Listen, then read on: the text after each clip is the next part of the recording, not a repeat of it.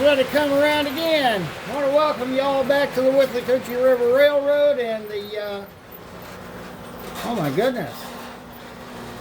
Wonder why it's taking so long to climb the hill over there, huh? And what we got going today on this week's Monday Night Madness? Weathering 101. Follow me through the intro and we'll come back and talk about it.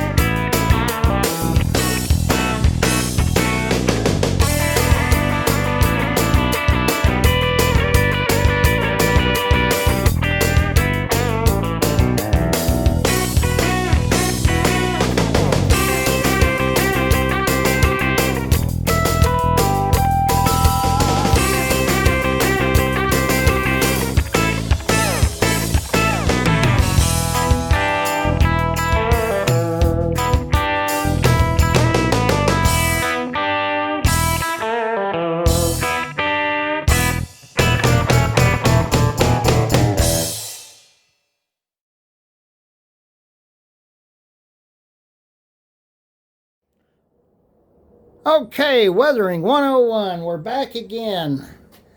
And, by George, you know, while I love doing it with the airbrush isn't my favorite type of weathering. And not everybody owns an airbrush. Not everybody can afford one. Even I couldn't afford one when I went and bought this one. Even though the kind of airbrushes that everybody talks about getting are like your Pache or some of those expensive airbrushes. Now, I went to Harbor Freight and got a cheapo airbrush, and made all the difference in the world. You know, yes, I've weathered quite a few of my cars with it, and they all turned out great. That beautiful Atlas boxcar there is in its pristine, out of the box, you know, fresh new colors there. And dry brushing is a way I really like to do my weathering. Now these cars are, you know, fairly new, I guess, to the railroad. I can't really see the built date on it. It's got to be on there somewhere. Built 10 of 44. Okay. So it's going to be, you know, by the mid-50s, the late 50s, you know, yeah, the car would still be in service, be in good shape. So, but it's still going to be dirty as all get out. Kind of like this one over here. What do you think of that? Not bad for a little bit of airbrushing with some old paint. Now you can get the same effects. I have not blackwashed this car yet, so some of the weathering may not look like it's fitting together very well, but it is fitting together very well. And I'm going to show you how I got those effects. And I'm just using a few. I've got some old Poly S paint here I picked up at Dana's for like $2 for 5 jars in a plastic bag. And, you know, he was just looking to get rid of them, is all. I think they look pretty good. But I'm going to show you how I got to that point with that starting point. The only difference between the two cars is obviously the car numbers. Getting to this point, when you're going to dry brush, what you want to do is you want to start with your lighter colors. You just like with any with using an airbrush, or in any other type of weathering you want to do, you're going to want to start with your lighter colors first and get those lighter colors in. Get those laid down. You may not see them very well on the painted surface, but it's there. And paint, of course, typically dries darker than what it is when you lay it down. Whether you're using a brush, a dry brush, an airbrush, or any other brush, once the paint dries, that's when it begins to show up. But every bit of that was a matter of dry brushing. And like I said, I haven't thrown the black wash on it yet. We'll do that at the end of this at the end of this one to get it to show up. So let me get all set up here, and we'll switch those cars around. We'll start working on it. Okay, we're switched around. We're ready to go. And like I said, you start with your lighter colors first. Now, it doesn't matter. You can use a little bit darker of the lighter colors to start with. It doesn't really matter. You'll want to have your favorite rags around in order to bring about, to be able to do the wipe off or the dry brush.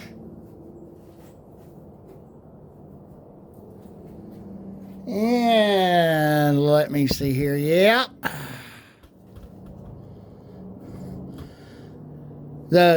My studio isn't the greatest design of studios here, but I'm going to start off with some dirty white. Now you may be saying, why would I start off with dirty white? Well, we also got a blue-gray here. But like I said, you start off with your lighter colors.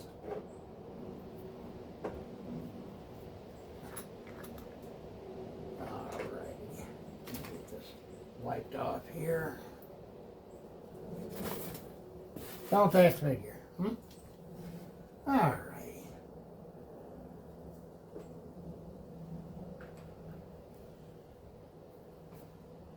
Now you may want to set something up here where, because you're gonna, with something like this, you're gonna start off with the trucks. You see, the trucks are very shiny on these cars. This is an Atlas car, so naturally the trucks are going to be painted in gloss black. Get enough paint on here and then just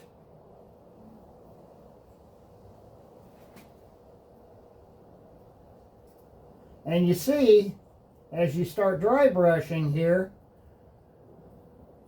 it starts making the details pop.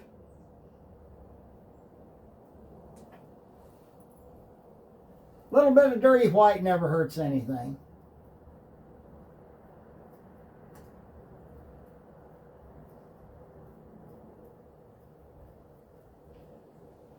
Basically, this is a start at the bottom and work your way up type of thing.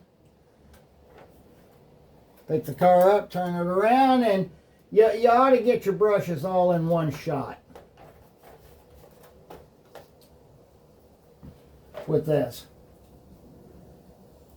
I don't use very much of this dirty white, but I think it kind of helps with making the details pop. And that's why, well, it's there. I was experimenting with it, and that's why I'm using it. And that's what I did with the other car. So, and it seemed to have worked well there.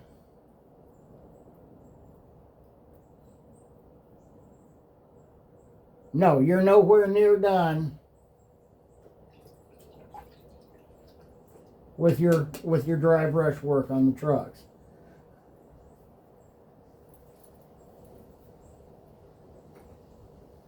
but I am done using the dirty white. Next, I'm going to go to this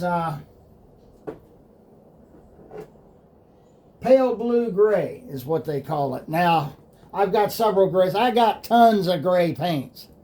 So even if you're using the your bottom of the line apple barrel paints from Walmart, you got plenty of grays there to work with.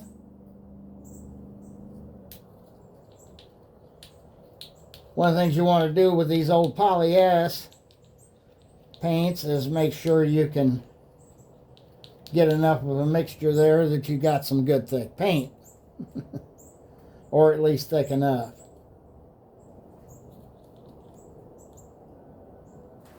Again, this is strictly to bring out the detail. And yes, I'm using an artist brush here.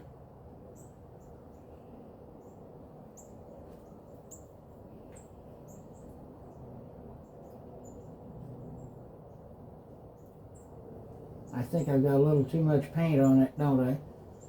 Oh well, we'll be coming back over it again, not to worry. It's not going to hurt anything. And the main reason it's not going to hurt anything is I'm not going to let it hurt anything.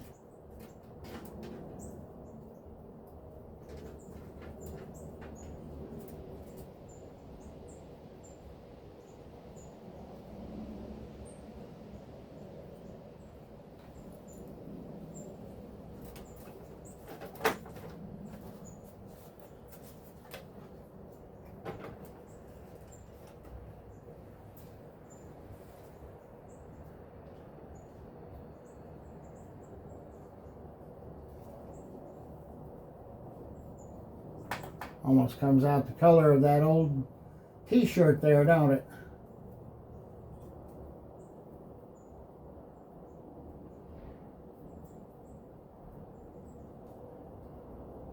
And we just about got these, got the super light stuff.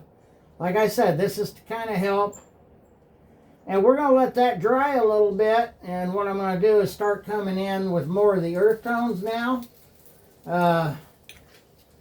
For the earth tones, I'm using brown, earth brown, and sand. Light sand. I do have some dust here.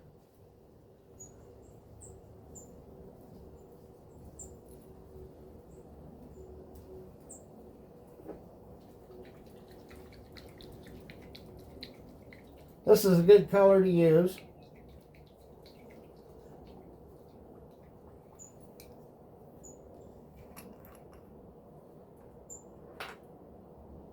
This is an excellent color to use. And it does. You got to remember these, what I've got here mostly in my Floquil, or my poly-S collection is mostly military colors. Because that's what was on hand at the time that I bought them. Dana was just trying to get rid of them because it's probably something he had in the back room.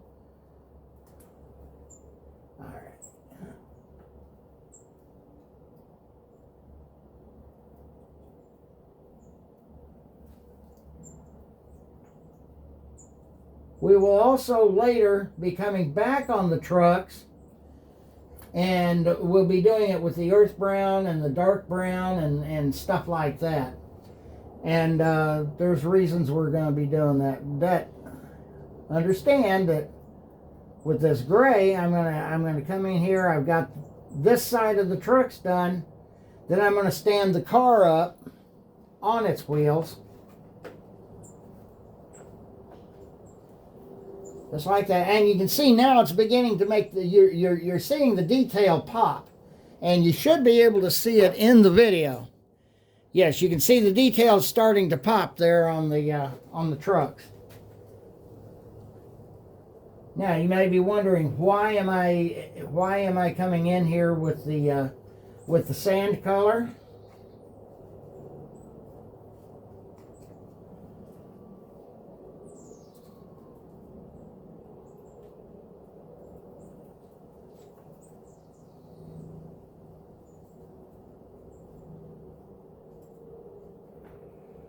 I'm going to get in there under the ladder for one.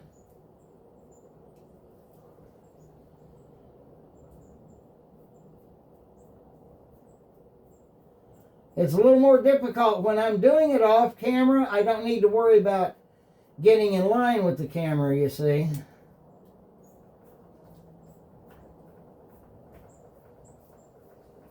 Yeah, you kind of go anywhere and everywhere on here. Yes, you do. It's the right way to do it. Remember, you don't want to do it with too much paint because you're not trying to cover, change the color of the car here. If you are, that's one thing, but no, that's not what we're in the process of doing here. What we're doing here is we're getting the it's like a dust coat, if you will, a coating of dust.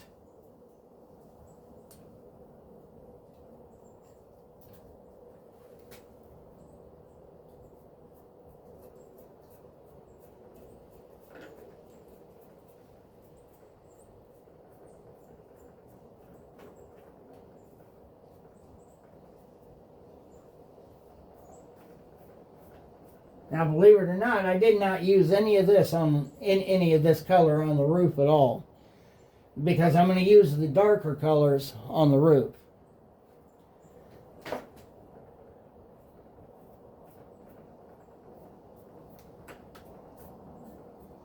Now, when these cars came out, diesels were starting to become a thing, and so, a lot of these cars, while they may have been on steam railroads, they did not end up with, like the cars from the 20s and 30s. This car is obviously from the 40s. Got used in a lot of fast freight, I'm sure.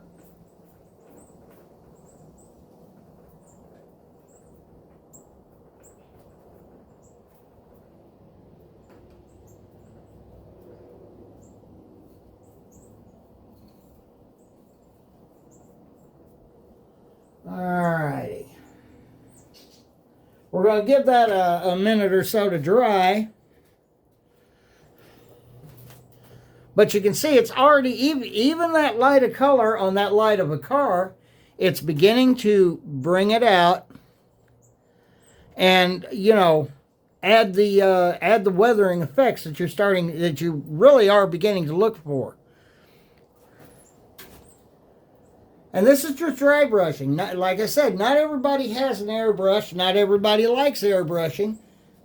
Especially the aspect afterwards where you got to clean the whole thing up.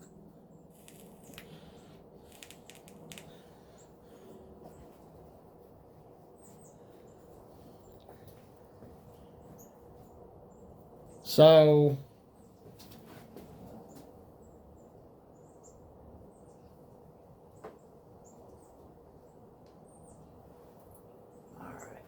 we can go ahead and it's dried up just enough there.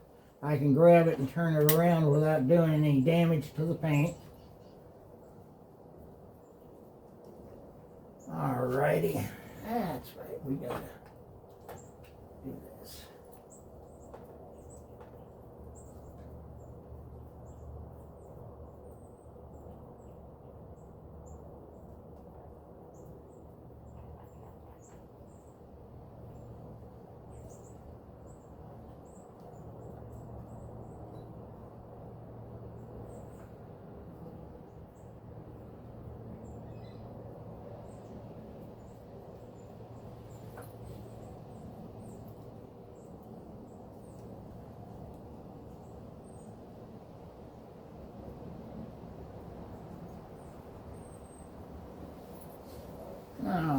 Okay.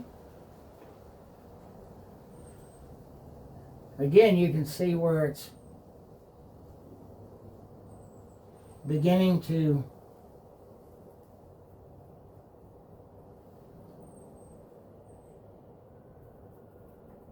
again, you got to get under the ladder as best you can.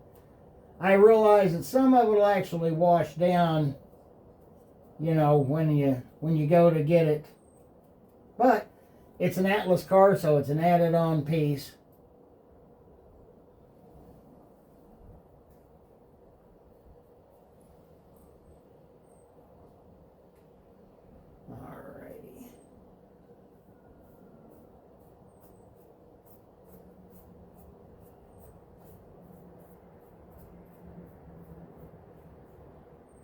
One of the reasons you do this way, especially upstrokes from the bottom up, this is a dusty, more of a dusty color. So it's dust that's getting kicked up by the train as the train rolls along.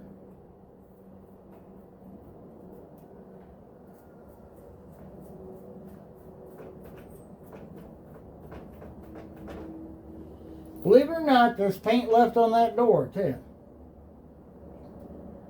May not have been much, but you don't want it to be an even job. Because you don't want both sides of the car identical from the other. You also don't want each car absolutely identical. It's fine with the box stock paint, you know, and the looks of the car when it's brand new. But, you know, each car is going to weather individually. You know, let's face it, rain and dust and dirt and anything that rains down on the car is going to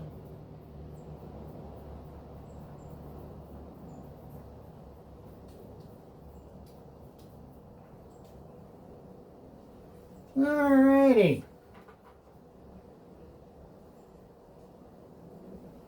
Now, in case you're wondering, I treat the ends with a little bit of indifference there, simply because the ends of the car really aren't viewed that much. Don't worry, those get weathered also, but they just aren't viewed that much.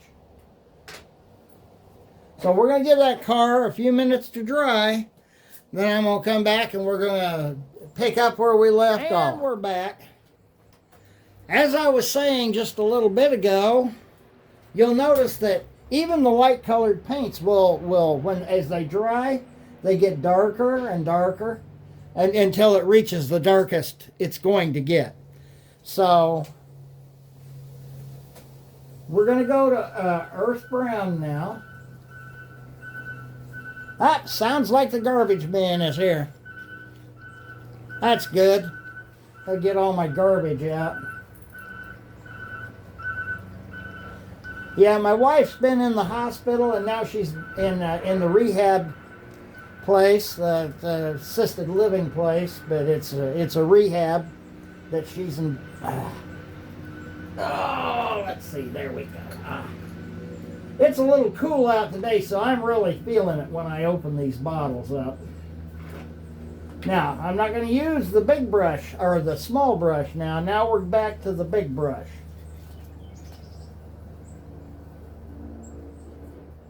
This is a most excellent color. I just basically used the brown on this car.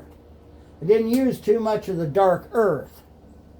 I just used brown, which is a fine color to use. Either one will work. They're similar colors, but they're not exact color. They're not exact copies of what each one is.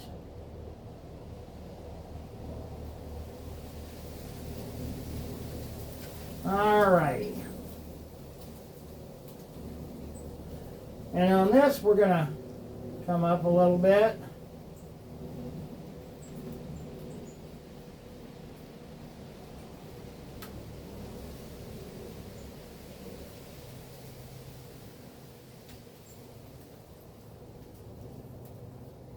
Now, you know, these streaks should be running down off the car, off from the top.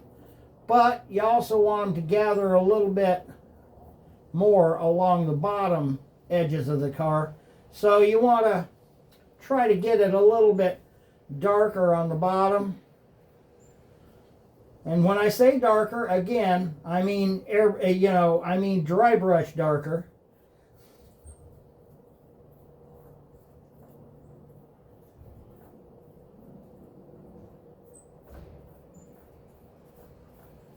And just work it up. Even though we're going to come back and we're going to make it look like these streaks came down from the top. You just want you also want it to realize that you're going to have that kind of thing gather more at the bottom of the car. Now we're going to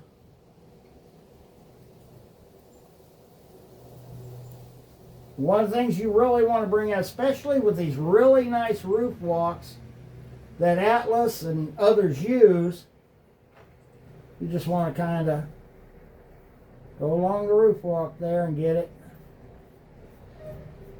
Don't worry if you get a little paint on the other on the roof there. You're going to be getting it on there anyway.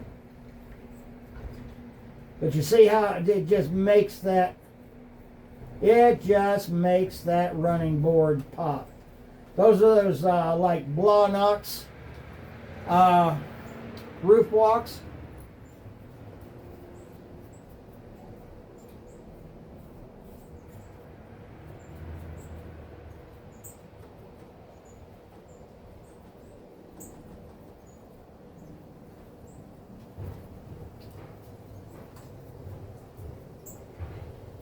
And the nice thing about it is you can run that brush right up underneath it and then work it out from there. And just kind of get over the whole roof, little by little.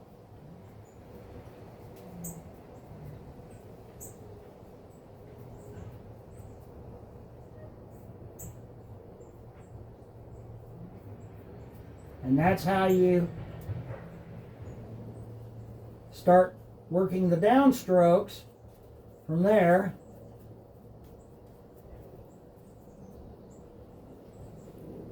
And you can see that the car is beginning to take shape.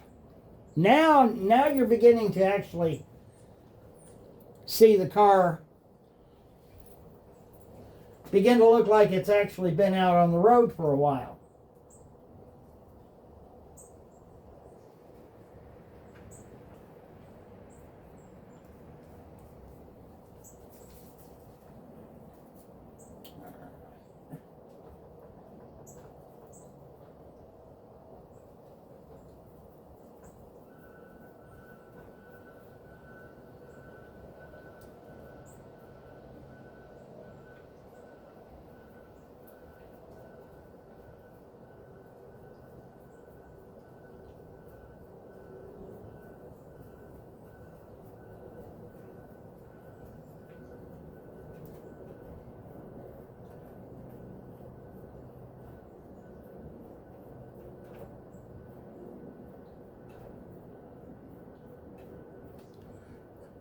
Another thing that I have an advantage is when I'm not trying to do the video, I can actually hold the car right in front of me and paint it and not have to worry about showing anybody. But you know, it's a fun thing to come in and show you how it's done.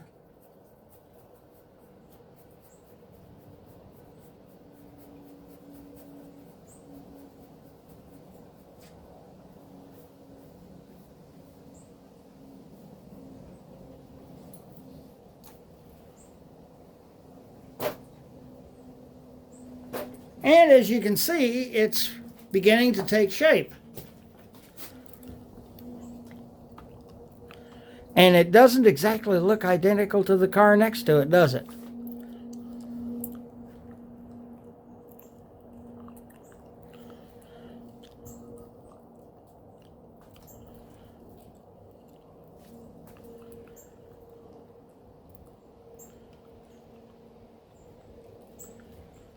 Give that about a minute to, you know, with these old polyester paints, I'm so used to working with those that it doesn't bother me much.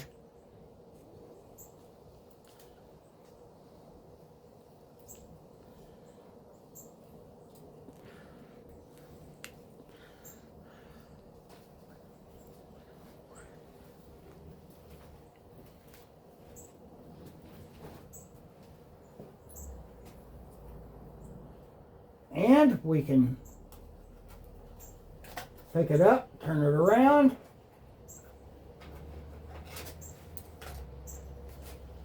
and we're ready to do the other side. We'll get this side done, and then what we're going to work on, now you see, even though I've let this dry a little bit, you can see that I've still got some loose paint on the brush, don't I?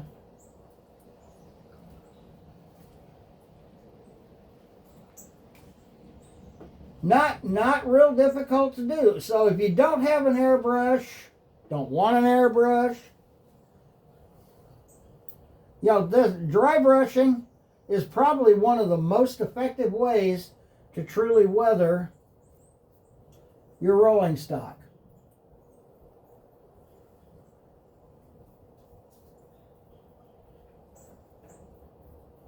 And like I said, you want your heavier stuff to the bottom, even though you might have some heavy stuff right along the roof line up here.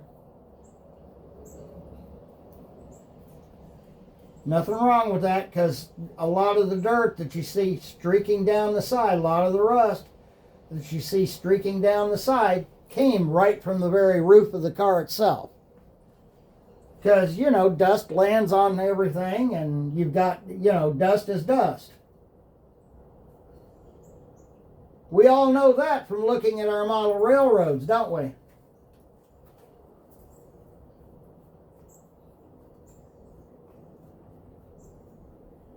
All righty.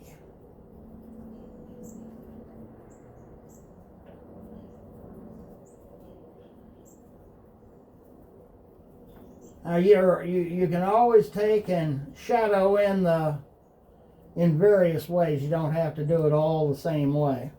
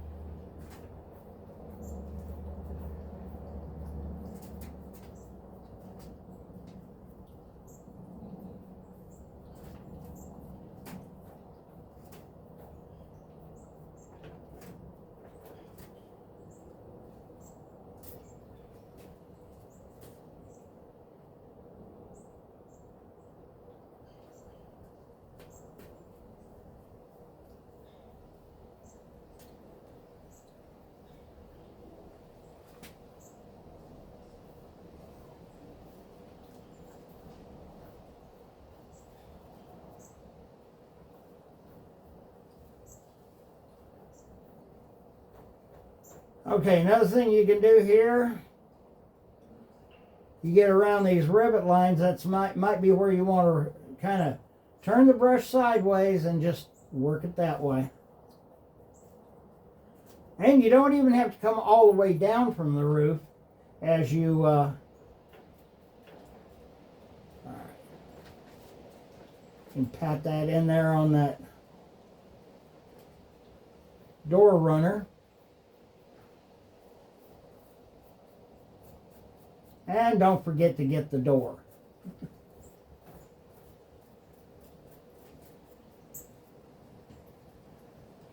Okay.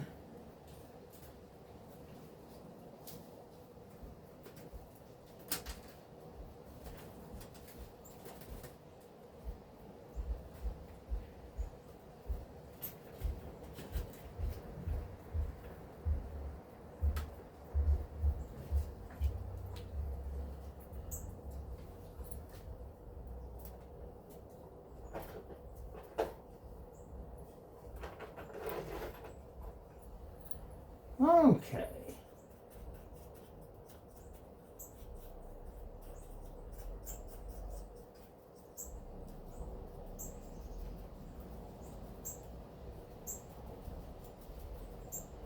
Now, I said I don't pay too much attention to the ends of the car, but I do pay attention to the ends of the car.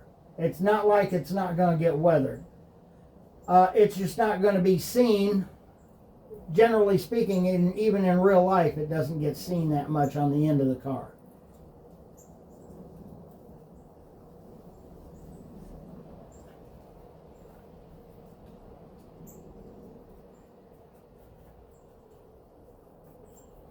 Now, you might be also wondering, well, why aren't you using any black? Well, that's what the black wash for me is actually for.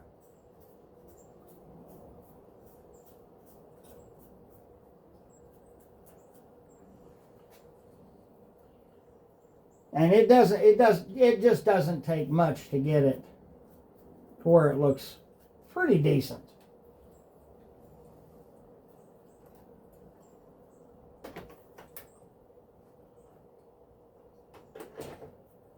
Yes, even in this cooler weather we're having here today, because it's not supposed to get above 59 degrees here today.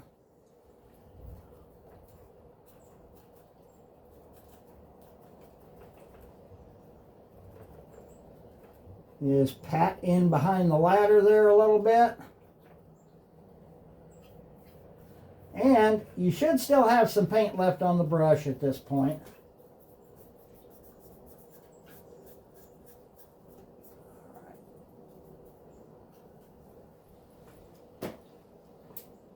And one end is still a little cleaner than the other. What do you know? Okay, again, we're going to come back in.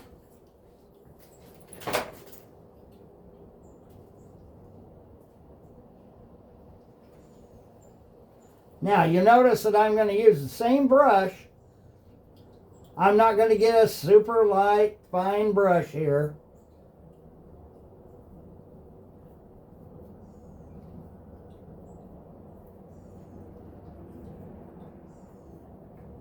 I'll pat some down on the wheel here to kind of give the wheel a little bit of a, you know, these natural center castings, centered, I should say, make it sound right.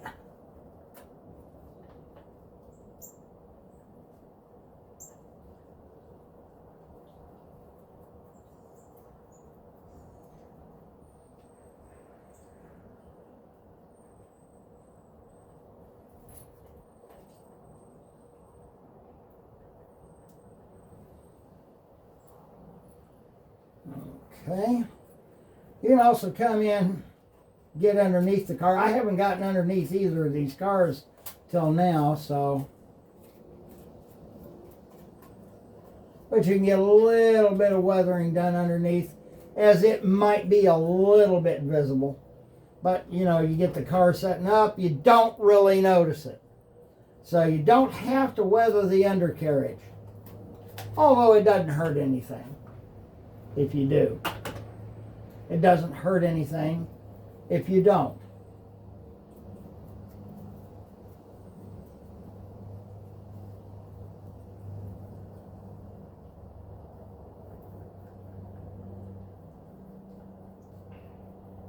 Now, if you're working with two rail wheels, either plastic or the centered metal wheels,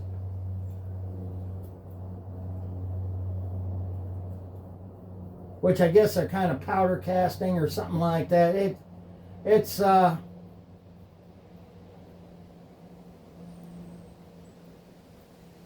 these three rail wheels look natural. Your nickel silver wheels or your metal wheels that are used for two rail, not so much. And same way with the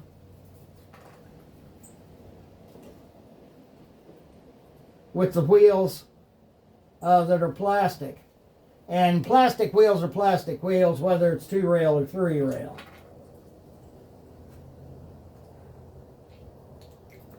And we're going to let these cars dry for just a little bit.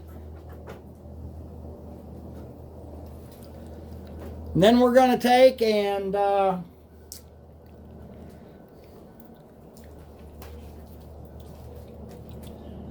we're going to do the black wash on them. So I'll be back here in just a little bit. Okay, and we're back. All right. I believe we're ready to do the black wash. I mix my black wash using the apple barrel or that type of paint. It's black paint. Any of their blacks will do. It doesn't have to be a grimy black or a weathered black, or It just needs to be a good flat black paint. I also use a little bit heavier duty brush, but any good sized brush will work. The reason you want to use a bigger brush is because you just want to cover the whole car.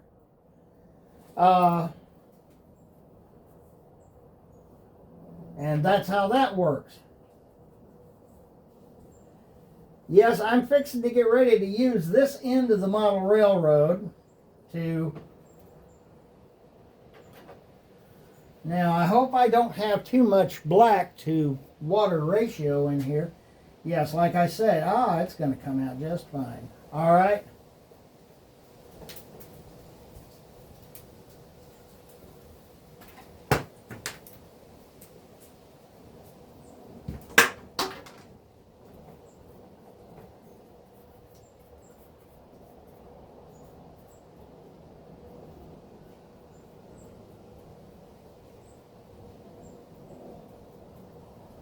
Now what this black wash does, and just put it on real wet. As wet as you can get that brush to be. And this brush ain't acting right. Of course, it is a little cool out today.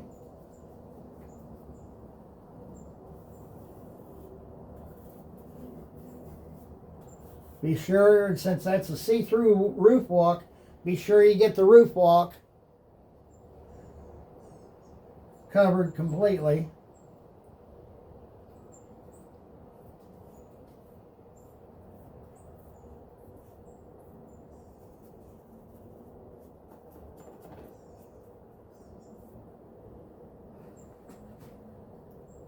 That almost changes it. It does to a degree, because the paint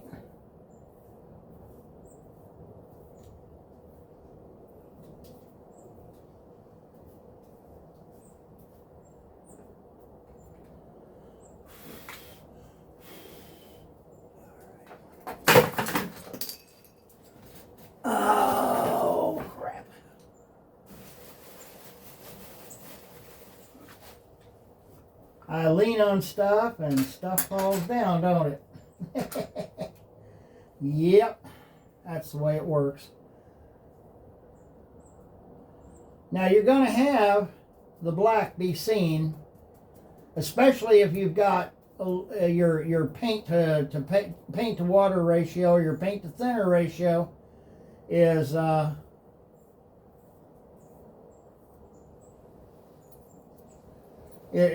heavier on paint. It's been thinned out a couple of times since.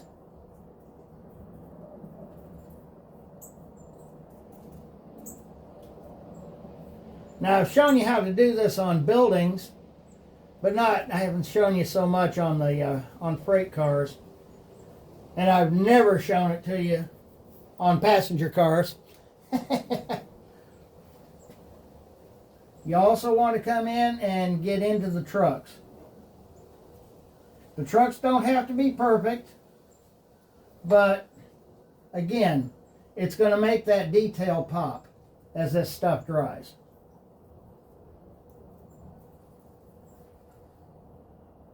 And while that car is starting to dry off,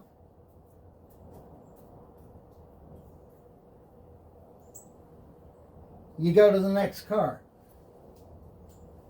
Obviously, we were doing 2 cars in this episode.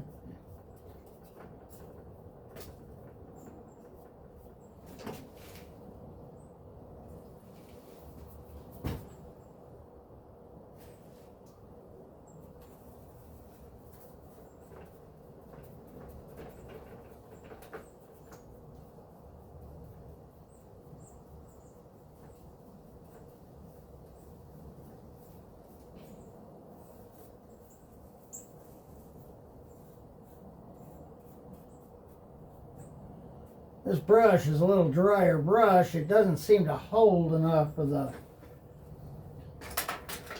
water, really.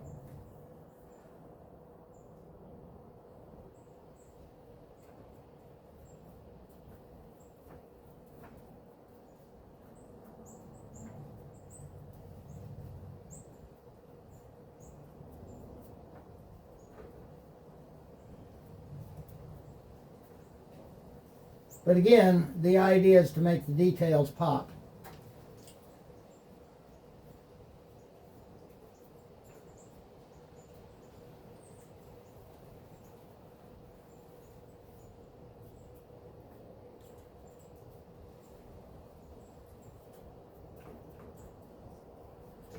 You know, there's an old trick with model cars, if you build model cars also like I do, where you take, and if you want it super shiny, of course obviously you're not going to use a black wash to do that.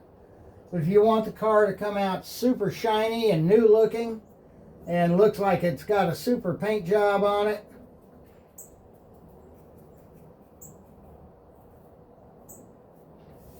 what you do is you take and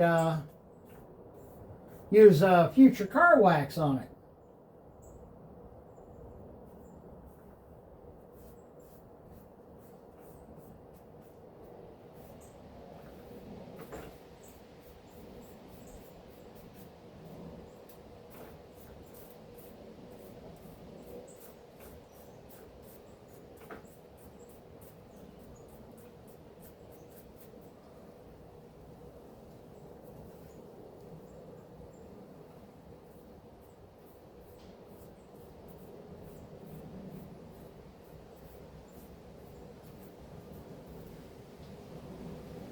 Okay.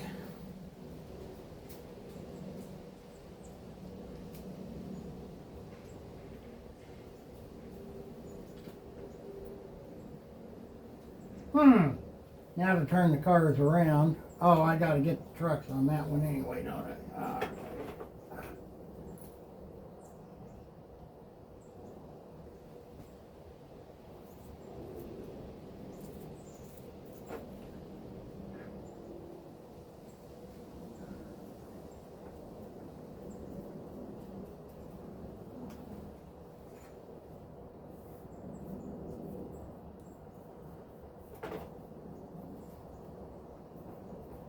Yeah, you want them to dry a little bit or you're going to have black streaks, black wash all over your hands there. There's several ways of making black wash.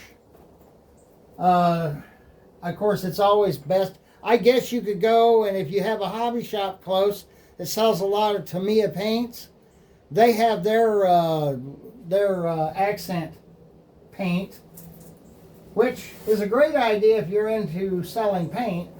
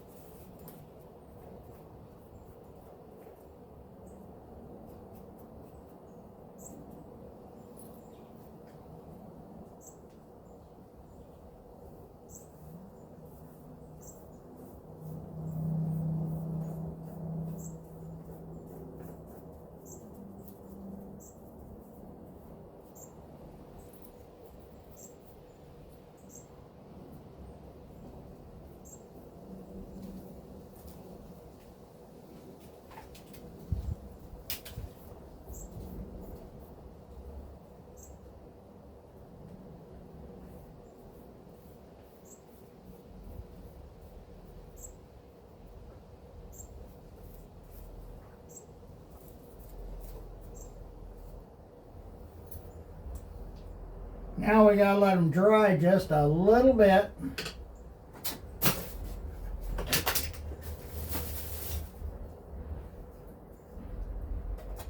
I'm gonna do something about this idiot shelf I put here. Need to find a way to hold my tools in. I'm sure I lost something down in here. I usually do. Yeah, a pick tool. Alrighty. Anyway, then you're going to turn it to the ends, and you're going to do the same thing on the ends. Although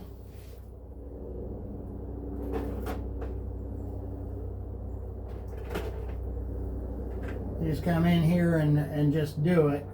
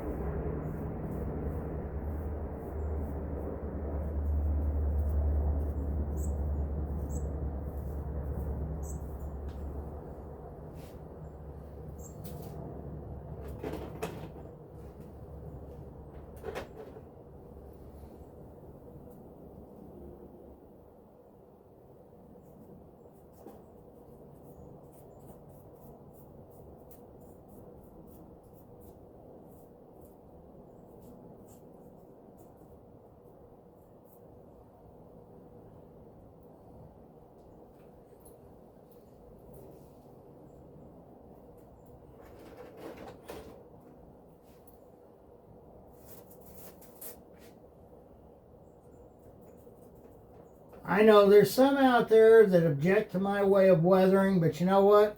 It's my way of weathering. It makes my cars look more realistic and true to form. And we've got it. I'm going to let these cars dry out, and we're going to see how they look in a train, shall we?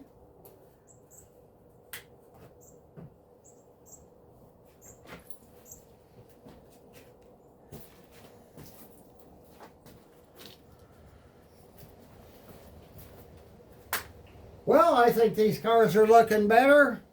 Tell me what you think.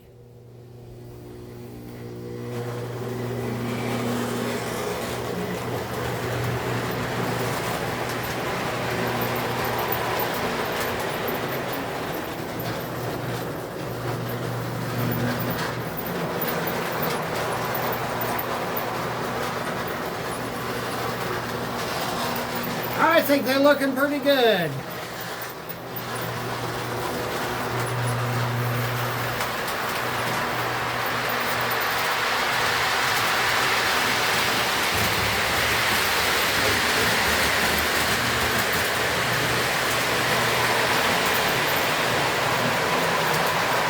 Yep, they're looking pretty good.